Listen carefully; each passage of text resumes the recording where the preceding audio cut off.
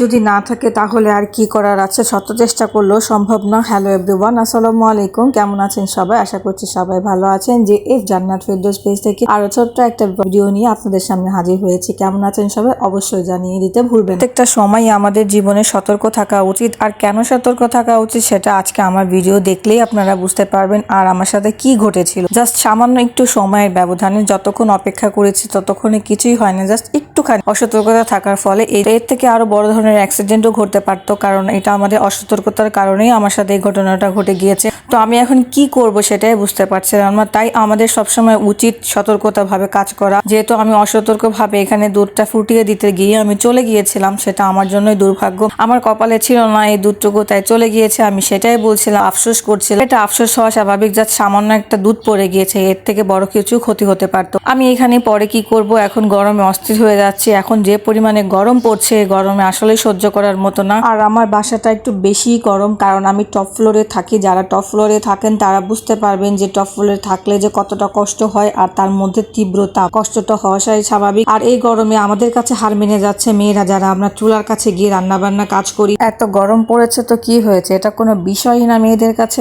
এখন খেতে মনে যাচ্ছে, পুডিং খেতে তো হবে, ইচ্ছা করলে মনে করেন যে কেউ বানিয়ে দেওয়ার মতো কেউ। আমার টোনাটুনির সংসার কে করে দিবে? যেটাই করতে ইচ্ছা করুক, যেটাই ভালো লাগুক, সেটা আমাকেই করতে হয়, সেটা আমাকেই সবকিছু বুঝে শুনে কাজ করতে হয়। আর গরম তো গরম, এখন গরমে কি করবে, একবার রান্নাঘরে একবার ডাইনিং রুমে, এটাই করছিলাম আমি। দুধটাকে ফুটিয়ে ডাইনিং এ ঠান্ডা করতে দিয়ে আমিও আবার চলে আসলাম ঠান্ডা হতে। এর মধ্যে পুডিংটাও করে নিয়েছিলাম, পুডিংটাকেও ঠান্ডা করার জন্য এখানে বসে বসে এই যে কি করতেছিলাম। এখন ভাবছি যে যেহেতু পুডিং করতে হবে, পারফেক্ট না হলে তো পারফেক্ট ভাবে পুডিংটা হবে না, সেই কারণে আমি মেজারমেন্ট করছিলাম যে কতটুকু দুধের জন্য কতটুকু ডিম প্রয়োজন, কয়টা দিতে হবে, সেটুকুই আর কি মেজারমেন্ট করছিলাম। কারণ আমার এখানে তো ডিম যতটুকু দিতে হবে সেটা হচ্ছে অবশ্যই আমাদের দুধের পরিমাণ অনুযায়ী দিতে হবে। আর এদিকে তো আমার দুধ তো 250 ml মতো পড়েই গিয়েছিল। এখন আমার দুধ ডিমটা যাতে গন্ধ না করে, সেক্ষেত্রে আমি এখানে একটু এসেন্স দিয়ে দিচ্ছিলাম, ভ্যানিলা এসেন্স, যেটা কিনা আমাদের কেকেও ইউজ করে। আমি এখানে পুডিংয়েও ব্যবহার করছি।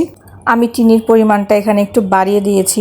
যাই হোক, যে যেমন চিনি পছন্দ করেন সেভাবেই খাওয়া উচিত। আর আমার কাছে কেন জানি মনে হয় যে পুডিং বা ডেজার্ট টাইপের কিছুতে যদি মিষ্টি একটু পরিমাণ মতো না হয়, সেক্ষেত্রে একটু কম হলে সেটার টেস্টটা ভালোভাবে বোঝা যায় না, স্বাদটা একেবারে কম হয়। এখন আমি যেটা করলাম সেটা হচ্ছে আমি দুধ এবং ডিমের মিশ্রণটা একেবারে মিশিয়ে এই তো আমার এখানে আমি রেডি করে ফেললাম পারফেক্ট। এখন রেডি করতে এখনো হয় না, এখন তো কুক করতে হবে। কুক করার জন্য যেটা করতে হবে, আমি চুলাতেই করব, কারণ আমার তো ওভেন নাই। সেক্ষেত্রে আমাকে অবশ্যই অন্য পদ্ধতি অবলম্বন করতে হবে, তাই আমি চুলাতেই করে নিচ্ছি। আর আমার পুডিংটা একেবারে রেডি হয়ে গেছে। এখন বিসমিল্লাহ বলে খুলে দেখছি যে আমার পুডিংটা কেমন হয়েছে। এত কষ্ট করার পরও যদি জিনিসটা খারাপ হয়ে যায় তাহলে অনেক অনেক খারাপ লাগাটাই স্বাভাবিক। আর আমার আজকের পুডিংটা কেমন হয়েছে অবশ্যই কমেন্ট করে জানাবেন।